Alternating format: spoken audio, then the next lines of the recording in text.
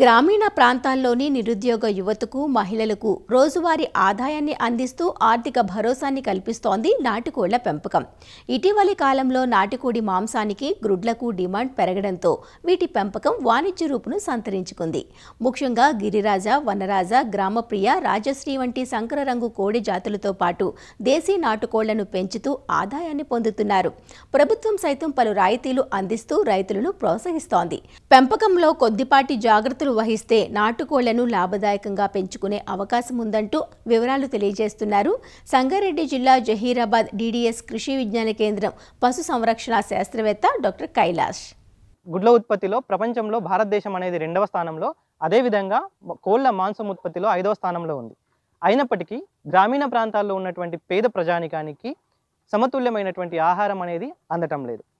అందుకోసం చౌకగా లభించేటువంటి కోళ్ల మాంసం, అదేవిధంగా గుడ్లు అయినటువంటివి మనం గ్రామీణ ప్రాంతాల్లో ఉన్నటువంటి పేద ప్రజానికి అందించడం వల్ల వారికి కావలసినటువంటి సమతుల్యమైనటువంటి ఆహారాన్ని అందించడంతో పాటుగా వారికి ఆదాయాన్ని కూడా పెంచవచ్చు. దీన్ని ప్రోత్సహించడానికి కేంద్ర అలాగే రాష్ట్ర ప్రభుత్వాలు అనేవి కూడా ప్రోత్సాహకాన్ని అందిస్తూ ఉన్నాయి.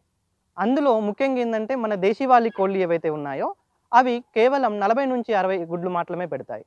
వాటిని విదేశీ కోళ్లను మన దేశీ కోళ్లతో సంకరణం చేయడం ద్వారా సంకర జాతి కోళ్ల యొక్క ఉత్పత్తిని అధికం చేస్తున్నారు. దీని ద్వారా ఒక కోడి అనేది 160 నుంచి 170 గుడ్లను పెడుతుంది. సంకర జాతి కోళ్ళు అదేవిధంగా దేశీవాళీ కోళ్లను పెంచడం అనేది చాలా సులభం. ఒక 100 నుంచి 200 కోళ్లను ఒక గ్రామీణ మహిళ అనేది పెంచగలుగుతారు. దీన్ని మనం ఏంటంటే తక్కువ ఖర్చుతో ఏ విధంగా పెంచుకోవాలి, అదేవిధంగా ఆరోగ్య సూత్రాలు ఏ విధంగా పాటించాలనేవి చాలా ముఖ్యం. దేశీవాళీ కోళ్ళు అదేవిధంగా సంకర జాతి కోళ్లను మనం ఎక్కువ టైం బయటికి వదిలేస్తున్నాం. సో దానివల్ల ఏంటంటే అపరిశుభ్రమైన నీరు, అపరిశుద్ధమైన ఆహారం తినడం వల్ల వాటికి ఎక్కువ రోగాలు బారిన పడే అవకాశం ఉంటుంది. దానికోసం మనం నట్టల మందు అనేది చాలా ముఖ్యంగా వేసుకోవాల్సిన అవసరం అనేది ఉంటుంది. 3 నెలలకు ఒకసారి నట్టల మందు అనేది వేయాలి. దాని ద్వారా కడుపులో ఉన్నటువంటి నట్టలు అనేవి తగ్గి మనం ఇచ్చేటువంటి ఆహారం ఏదైతే ఉందో వాటికి జీర్ణశక్తి పెరిగి దాని ద్వారా గుడ్ల ఉత్పాదకత అదేవిధంగా మాంసం యొక్క ఉత్పాదకత అనేది పెరుగుతూ ఉంటుంది. దాంతో పాటుగా వ్యాక్సినేషన్ అనేది కూడా చాలా ఇంపార్టెంట్. మొదటి రోజు మ్యారెక్స్ వ్యాక్సిన్ అనేది ఇవ్వడం జరుగుతుంది. అదేవిధంగా 7వ రోజు కొక్కెర వ్యాధికి సంబంధించినటువంటి వ్యాక్సిన్ అనేది ఇవ్వడం జరుగుతుంది. అదేవిధంగా 14వ రోజు గంబోరో వ్యాక్సిన్ అనేది ఇవ్వడం జరుగుతుంది. 36వ రోజు అమ్మవారు వ్యాక్సిన్ అంటే ఫౌల్ ప్యాక్స్ వ్యాక్సిన్ ఏదైతే ఉండిందో అది మనం చేసుకోవడం ద్వారా తగ్గించవచ్చు. అదేవిధంగా 4వ వారం లేదంటే 6వ వారం మనం మళ్ళీ కొక్కెర వ్యాధికి సంబంధించినటువంటి వ్యాక్సిన్ని బూస్టర్గా వేయించుకోవడం ద్వారా వ్యాధులని మనం తగ్గించుకోవచ్చు. ఈ ఆరోగ్య సమస్యలతో పాటుగా మనకి కోళ్లకు వేసేటువంటి దానా కూడా చాలా ముఖ్యమైనది. మనం ఈ దేశీవాళీ కోళ్ళు ఏవైతే ఉన్నాయో వాటికి తక్కువ ఖర్చుతో మనకి లోకల్గా అవైలబుల్ ఉన్నటువంటి ఆహార పదార్థాలని వాడడం ద్వారా మనం ఖర్చుని కూడా తగ్గించుకోవచ్చు. మొక్కజొన్న, జొన్న, రాగులు, సజ్జులు వీటితో పాటు వేరుశనగ పొట్టు కావచ్చు, వీటిని కూడా వేసుకోవడం ద్వారా దానా ఖర్చును తగ్గించుకోవచ్చు. లోకల్గా ఒకవేళ అవైలబుల్ ఉంటే ల్యూసర్న్ గడ్డి కానివ్వండి, అజొల్లా గుడ్లు పెట్టే కోళ్ళు ఏవైతే ఉన్నాయో ఆ గుడ్లు పెట్టే కోళ్ళలో మనం 50 గ్రాములు అజొల్లా ఇవ్వడం ద్వారా దానికి కావాల్సినటువంటి ప్రోటీన్లు అదేవిధంగా మాంసకృతులు ఎక్కువగా అందించి గుడ్ల ఉత్పాదకత ఏదైతే ఉందో ఆ గుడ్ల ఉత్పాదకతని పెంచవచ్చు.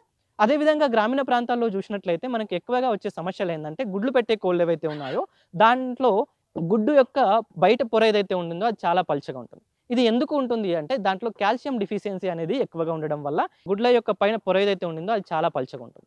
దానికోసం ఏంటంటే మనకి లోకల్గా చెరువులలో దొరికేటువంటి ఆల్చిప్పలు, గవ్వలు వాటిని మనం పొడి చేసి పెట్టుకోవడం ద్వారా వాటికి కావాల్సినటువంటి కాల్షియం అనేది దొరుకుతుంది.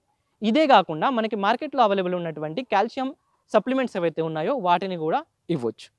కోళ్ళ యొక్క యాజమాన్యంలో మొదటి 6 వారాలు ఏవైతే ఉన్నాయో అవి చాలా ముఖ్యమైనవి. కోడిపిల్ల 1వ రోజు నుంచి మొదటి 6 వారాలు ఏవైతే ఉన్నాయో దాంట్లో ఈ కోడిపిల్లలు ఏవైతే ఉన్నాయో వాటి శక్తిని అవి ఉత్పాదకత చేసుకోలేవు. దాని శరీరానికి కావాల్సినటువంటి ఉష్ణోగ్రత అనేది వాటికి దొరకదు.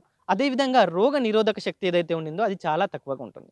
అందుకోసం మనం మొదటి 6 వారాలు ఈ బ్రూడింగ్ యాజమాన్యం అనేది చాలా ఇంపార్టెంట్. అంటే మొదటి వారంలో 90 నుంచి 95 డిగ్రీల ఫారెన్హీట్ ఉష్ణోగ్రత అనేది అందించాలి.